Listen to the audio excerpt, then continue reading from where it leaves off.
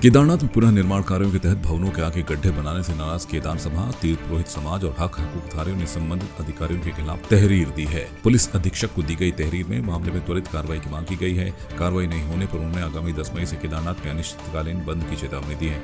केदारनाथ के कपाट भी 10 मई को खुल रहे हैं। केदार सभा के अध्यक्ष राजकुमार तिवारी ने बताया कि जून 2013 की आपदा के बाद से केदारनाथ में पुनः निर्माण कार्य चल रहे हैं। इन कार्यों में केदारनाथ से जुड़े लोग प्रशासन का हर संभव सहयोग करें, लेकिन प्रशासन पुनः निर्माण के नाम पर मनमानी कर उनके हक हकूकों व अधिकारों के साथ खिलवाड़ कर रहा है। उन्होंने बताया कि कुछ दिनों से केदारनाथ में तीर्थ पुरोहित व हक हकूकधारियों के आवासीय व व्यावसायिक भवनों के आगे गड्ढे किए जा रहे हैं, जो समझ से परे हैं। इन गड्ढों से उनके भवन को खतरा पैदा हो गया है।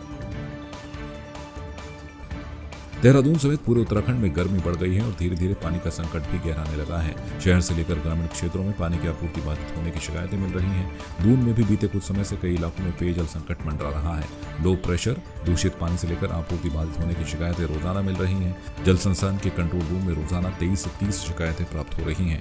वहीं जल संस्थान की कसरत भी बढ़ गई है। जल संस्थान ने हर साल दून में पेयजल संकट से जूझने वाले क्षेत्रों को चिन्हित कर वैकल्पिक व्यवस्था बनाने का दावा किया है। बता दें कि शहर में करीब 120 ऐसे मोहल्ले और 15 के करीब बस्तियों में अक्सर पानी का संकट रहता है। इन चिन्हित क्षेत्रों के लिए विभाग ने वैकल्पिक प्लान बनाया है। प्लान के अनुसार जल संस्थान न केवल इन क्षेत्रों में टैंकरों से पानी की सप्लाई करेगा, जिन ट्यूबवेल से इन क्षेत्रों में पानी की सप्लाई की जाती है वहां जनरेटरों की व्यवस्था भी की जाएगी।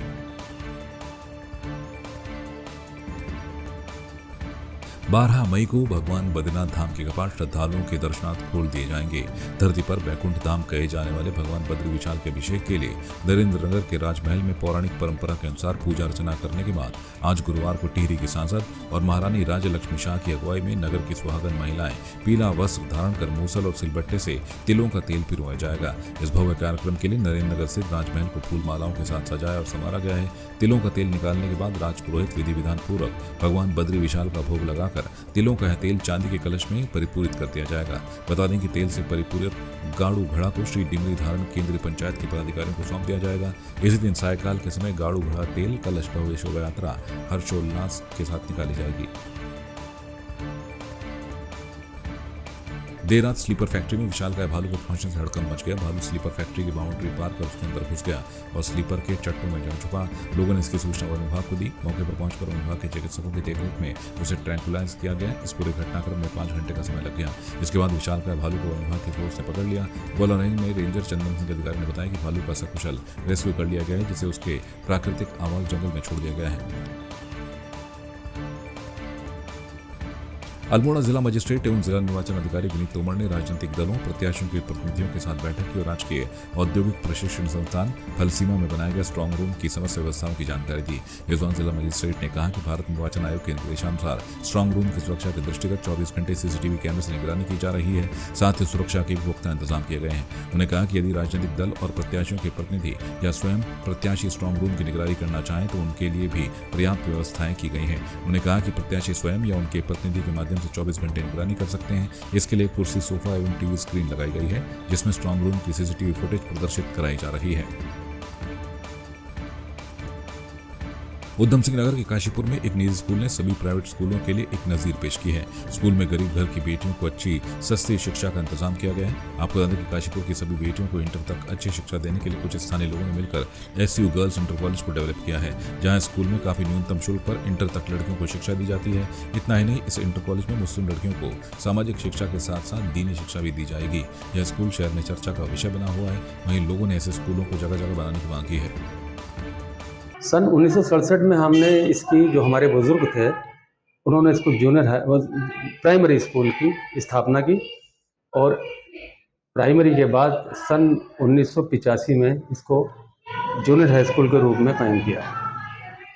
उसके बाद जब ये देखा कि हालात, जब हमारे उलमाए कराम ने और हमारे तमाम रहनुमाओं ने कहा कि दीन और दुनिया की तालीम दोनों लाजमी है, तो सन 2005 में इस इदारे को हाई स्कूल बनाया गया और उत्तराखंड बोर्ड से हाई स्कूल की मान्यता 2005 से रेगुलर चली आ रही है। आज के माहौल में जहां तमाम स्कूलों में बड़ी बड़ी फीस डेवलपमेंट के नाम पर, न्यू एडमिशन्स के नाम पर, रजिस्ट्रेशन के नाम पर ली जाती है, उस बात को देखते हुए हमारी कमेटी ने तय किया कि एक बहुत मामूली से खर्चे पर हम अपनी बच्चियों को तालीम देंगे जिसमें दीन और दुनिया दोनों शामिल होंगे।